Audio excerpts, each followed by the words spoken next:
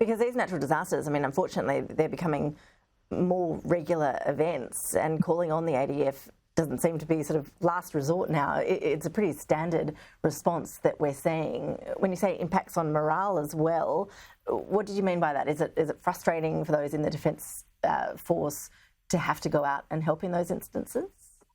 Well, of course, the Defence Force is one of the most admired institutions in the country, and they're there ultimately protect and support our community. And the Defence Force members, of course, love to be out and support the community, but that's not what they enrolled and enlisted into the Defence Force to do. That's not their primary responsibility or their primary job.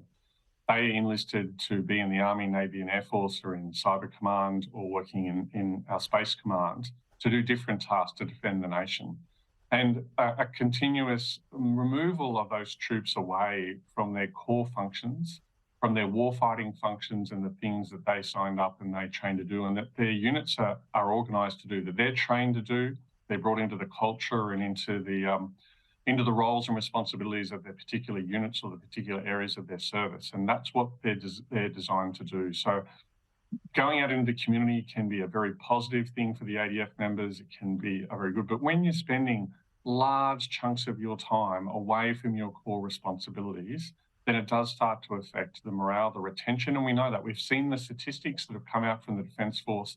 We've seen the feedback from Defence Force members that while they value supporting the community, they don't see that as their number one priority. And of course, as these climate change issues increase, we do know that our international response force, our ability to help our neighbours, our near neighbours in the region, which is really important in these things, falls to the Defence Force. So if they're working on the domestic scheme, they can't respond in that area. So this is about roles and responsibilities. And it's also about the need. To be honest, when natural disasters strike, it's from a community support perspective, from a state government's perspective, it's actually quite easy for a state premier or a local mayor to get on television and demand or ask for the ADF to come to their assistance. But that is not always the most appropriate way to get support. Often there are domestic related support measures that are much better suited to actually doing that response than the ADF is as well. So I think we also have to remember we're tasking the ADF to do things that are not their primary responsibility, not their primarily trained for or prepare or organised or equipped for, where that really should fall to the state emergency services, to the police, to the fire brigade. And I think we as a nation have to have a conversation that if the resources that we have at the moment are not appropriate to do that, where does that investment have to come? And I think that investment largely has to come at the state level. But I did want to ask you, I understand you've just returned from Japan. What sort of insights did you get in terms of how close our defence ties are with that nation? What practical exercises are we carrying out with them at the moment? And how do you see that relationship progressing? Yes, I only got to pack off the plane this morning. I had some wonderful access to senior members of the Japanese government and Japanese military. And it's my 6th trip to Japan, and I've never seen the Japanese so forward-leaning in relation to their engagement with Australia. Of course, we now have a reciprocal access agreement with the Japanese. We're seeing a significant number of Japanese forces come down to train during our large military exercises such as Talisman Sabre. But I think what's really critical, Japan released a national security strategy and a national defence strategy late last year in December.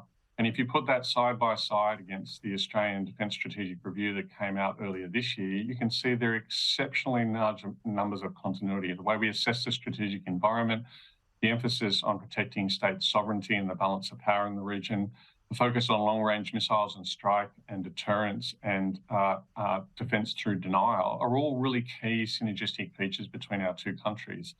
And as we've seen from the conflict in Ukraine, the ability to work together in partnership, the ability to help maintain that international order that leads to peace and prosperity is really important. So we're at the stage now with Japan, I think with the reciprocal access agreement now in place, it's how do you operationalise that? How do you take that next step forward? And to do that in particular with our partner, the United States, because what all three of us, and of course, India is a part of the Quad, and more broadly, the Southeast Asian nations are trying to do is maintain a peaceful and prosperous region so that we can all live in peace and harmony.